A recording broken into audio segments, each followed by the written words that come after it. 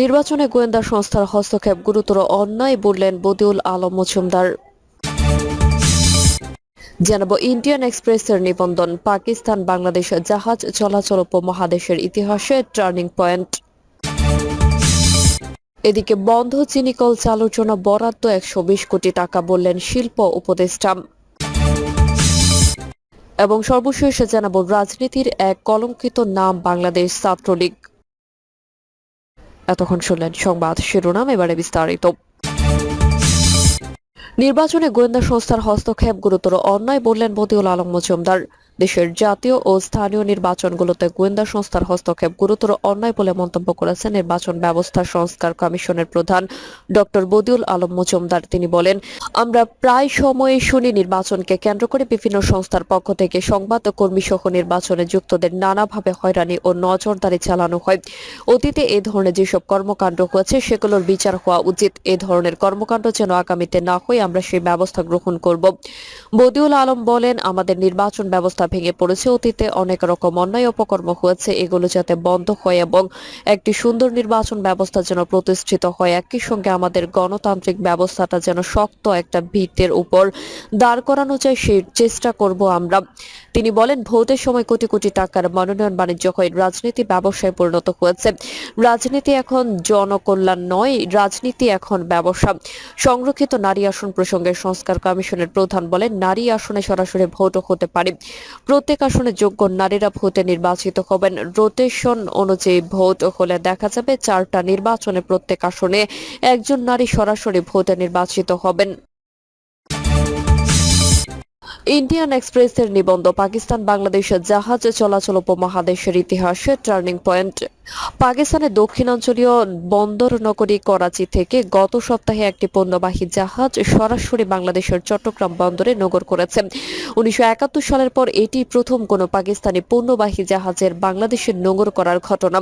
পাকিস্তান ও বাংলাদেশের মধ্যে প্রথম সরাসরি সামুদ্রিক যোগাযোগকে ঢাকায় অবস্থিত পাকিস্তান হাই কমিশন দ্বিপাক্ষিক বাণিজ্যে বড় পদক্ষেপ হিসেবে বর্ণনা করেছে। আর এই ঘটনাটি দুই দেশের মধ্যে ঐতিহাসিকভাবে দুর্বল সম্পর্ককে উল্লেখযোগ্য পরিবর্তনের ইঙ্গিত দিতে পারে। চলতি বছরের আগস্টে গণবিপ্লবের মুখে প্রধানমন্ত্রীর পদ থেকে পদত্যাগ করে শেখ হাসিনা দেশ ছেড়ে পালানোর পর থেকে এই পরিবর্তন শুরু হয়েছে। শুক্রবার রাতে প্রকাশিত এক নিবন্ধে এমনটাই জানিয়েছে ভারতীয় সংবাদ মাধ্যম ইন্ডিয়ান এক্সপ্রেস। 71-এর ছায়া, বাংলাদেশ পাকিস্তানের দ্বিপাক্ষিক সম্পর্কের উপর 1971 সালের ছায়া অনেকদিন ধরে প্রকট আকারে ছিল। 1971 সালের 9 মাস দীর্ঘ মুক্তিযুদ্ধ চলাকালীন হত্যা, নির্যাতন ও নৃশংসতার স্মৃতি বাংলাদেশের জাতীয় মানসিকতায় গভীরভাবে আঁচড় কেটেছে। ঢাকা ও ইসলামাবাদের মধ্যে দ্বিপাক্ষিক সম্পর্কের ক্ষতির জন্য পাকিস্তান কখনোই ক্ষমা চায়নি বা দুঃখ প্রকাশ করেনি, যদিও পাকিস্তান সে বিষয়টিকে মীমাংসিত ইস্যু বলেই উল্লেখ করে থাকে। পাকিস্তান মনে করে বাংলাদেশের মুক্তিযুদ্ধ ছিল মোহাম্মদ আলী জিন্নাহর পাকিস্তান প্রকল্প ভাঙার একটি ভারতীয় ষড়যন্ত্র। কিন্তু মুক্তিযুদ্ধ এখন পর্যন্ত বাংলাদেশের রাজনীতিতে খুবই আবেগপ্রবণ একটি বিষয়। যথাযথ ক্ষমা প্রার্থনা না করে ইসলামাবাদের সঙ্গে সম্পর্কের উন্নতি করা অতীতে কঠিন বলেই প্রমাণিত হয়েছে। হাসিনা, পাকিস্তান ও ভারত, পাকিস্তানের সঙ্গে বাংলাদেশের দ্বিপাক্ষিক সম্পর্ক ঢাকার কিছু সরকারের অধীনে তিক্ত হয়েছে, বিশেষ করে শেখ হাসিনার অধীনে।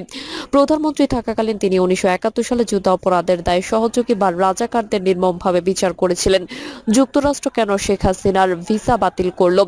তিনি যুদ্ধ অপরাধীদের বিচারের জন্য 2010 সালে আন্তর্জাতিক অপরাধ ট্রাইব্যুনাল গঠন করেন এবং 2013 সালে এই ট্রাইব্যুনাল জামায়াতের নেতা আব্দুল কাদের মোল্লাকে দোষী সাব্যস্ত করে। হাসিনার শাসনামলে ফাঁসি কার্যকর হওয়া অনেক বিরোধী নেতার মধ্যে তিনিই ছিলেন প্রথম।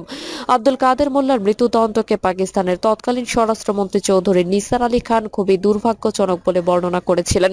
তিনি বলেছিলেন, এতে কোনো সন্দেহ নেই যে 1971 সালে পাকিস্তানের প্রতি তার আনুগত্য এবং সংহতির কারণে তাকে ফাঁসি দেওয়া হয়েছে। একই সঙ্গে হাসিনা বাংলাদেশকে ভারতের কাছাকাছি নিয়ে গিয়েছিলেন। হাসিনা নিজে নেহেরু গান্ধী পরিবারের সাথে ঘনিষ্ঠ ব্যক্তিগত সম্পর্ক রাখতেন এবং 1975 সালে তার পিতা শেখ মুজিবুর রহমানের হত্যাকাণ্ডের পর তাকে নয়াদিল্লিতে আশ্রয় দেওয়া হয়েছিল। পাকিস্তানের জন্য নতুন সূচনা। সংবাদ মাধ্যম ইন্ডিয়ান এক্সপ্রেসের দাবি, গত আগস্টে ছাত্র জনতার ব্যাপক গণ আন্দোলনে হাসিনার ক্ষমতাচ্যুত হওয়ার সময় আশপাশে ঘটা 3টি ঘটনা এখন যা ঘটেছে সে প্রেক্ষাপটে উল্লেখযোগ্য। প্রথমত, হাসিনা দীর্ঘকাল ধরে বাংলাদেশের স্বাধীনতায় তার দল ও পরিবারের অবদান থেকে রাজনৈতিক সুবিধা পেয়েছেন, কিন্তু ছাত্রদের বিক্ষোভ সবাইকে দেখিয়ে দিয়েছে বিক্ষোভ ও প্রতিবাদকারীদের রাজাকার হিসেবে চিহ্নিত করার কৌশল কোনো কাজেই করেনি। দ্বিতীয়ত, নয়াদিল্লির সঙ্গে হাসিনার অতি ঘনিষ্ঠ সম্পর্কের জন্য বাংলাদেশিদের মধ্যে ব্যাপক ক্ষোভও ছিল। অনেকে মনে করতেন বাংলাদেশের বিষয়ে ভারত খুব বেশি করে জড়িয়ে পড়েছে এবং হাসিনার প্রতি প্রকাশিত ক্ষোভকে ভারত বিরোধী মনোভাব হিসেবে বর্ণনা করা হয়েছে। উদাহরণস্বরূপ, গত আগস্ট মাসে 5 দশকেরও বেশি সময় ধরে বাংলাদেশের রাজনীতিতে চালু থাকা ভারতীয় সাংস্কৃতিক কর্মকাণ্ডের কেন্দ্র ইন্দিরা গান্ধী সাংস্কৃতিক কেন্দ্র ভাঙচুর অগ্নিসংযোগ করে বিক্ষুব্ধ জনতা। তৃতীয়ত, সংখ্যালঘু নিয়ে বাংলাদেশে সর্বদাই একটি আখ্যান বা বর্ণনা বিরাজমান আছে, আর সেটি 1971 সালের ঘটনাকে মুক্তিযুদ্ধ এবং বাঙালি জাতীয়তাবাদের বিজয়ের পরিপ্রেক্ষিতে নয়, বরং মুসলিম জাতির ট্র্যাজেডি বা দেশভাগের প্রতিশ্রুতির প্রতি বিশ্বাসঘাতকতা হিসেবে দেখা হয়ে থাকে। ঢাকায় হাসিনা পরবর্তী সরকার ব্যবস্থায় ইসলামপন্থী জামাতে ইসলামের শক্তিশালী উপস্থিতি রয়েছে, আর এই সব বিষয়ে বাংলাদেশের প্রতি বন্ধুত্বপূর্ণ হাত প্রসারিত করার জন্য পাকিস্তানের পক্ষে আদর্শ পরিস্থিতি গড়ে তুলেছে। শেখ হাসিনার ঢাকা থেকে পালিয়ে ভারতে চলে যাওয়ার পরের মাসগুলোতে একাধিক পাকিস্তানি সম্পাদকীয় ও মতামত প্রবন্ধগুলোতে এই বিষয়টি উল্লেখ করা হয়েছে। অবসরপ্রাপ্ত পাকিস্তানি কূটনীতিক বুরহানুল ইসলাম নিউজ পোর্টাল প্যারাডিজম শিফটে লিখেছেন, স্পষ্টত এখন সময় এসেছে বাঙালি এবং বাংলাদেশের দিকে বন্ধুত্বের হাত বাড়িয়ে দেওয়ার। 1971 সালের তিক্ত অনুভূতিগুলোকে সরিয়ে পাকিস্তান ও বাংলাদেশ উভয়েরই তাদের সম্পর্ক পুনর্গঠন করা উচিত। বাংলাদেশের অন্তর্বর্তী সরকার এখন পর্যন্ত ইসলামাবাদের বিভিন্ন প্রস্তাবে ইতিবাচক সাড়া দিয়েছে। অন্তর্বর্তীকালীন সরকারের প্রধান উপদেষ্টা ডক্টর মোহাম্মদ ইউনূস গত সেপ্টেম্বরে নিউ ইয়র্কে জাতিসংঘের সাধারণ পরিষদে পাকিস্তানি প্রধানমন্ত্রী শেহবাজ শরীফের সাথে বৈঠক করেন। ওই বৈঠকে উভয় নেতা দ্বিপাক্ষিক সহযোগিতা পুনরুজ্জীবিত করার এবং উভয় দেশের সম্পর্কে নতুন অধ্যায় শুরু করার প্রয়োজনীয়তার উপর জোর দেন। বন্ধ চিনিকল চালুর জন্য বরাদ্দ 120 কোটি টাকা, বললেন শিল্প উপদেষ্টা। অন্তর্বর্তী সরকারের শিল্প উপদেষ্টা আদিলুর রহমান খান বলেছেন, দেশের বন্ধ চিনিকলগুলো পর্যায়ক্রমে চালু করার চেষ্টা করা হয়েছে। ইতিমধ্যে চিনিকলগুলো চালু করার জন্য 120 কোটি টাকা বরাদ্দ দেওয়া হয়েছে এবং আরও 100 কোটি টাকা বরাদ্দ দেওয়া হবে। আদিলুর রহমান খান বলেন, বন্ধ চিনিকলগুলো চালু করার জন্য ইতিমধ্যে একটি টাস্ক ফোর্স কমিটি গঠন করা হয়েছে। এ নিয়ে কাজ করেছে টাস্ক ফোর্স কমিটি।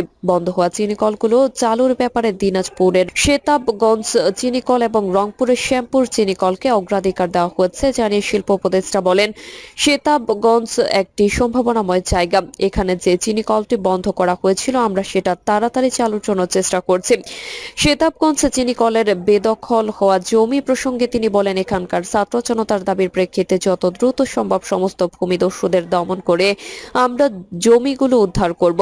সেতাবগঞ্জ চিনিকলের যন্ত্রাংশ অন্য চিনিকলে নিয়ে যাওয়া প্রসঙ্গে তিনি বলেন, কখনো কখনো বন্ধ চিনিকলের যন্ত্র দিয়ে যেখানে চালু করা আছে সেখানে নিয়ে গিয়ে চালু করা হয়।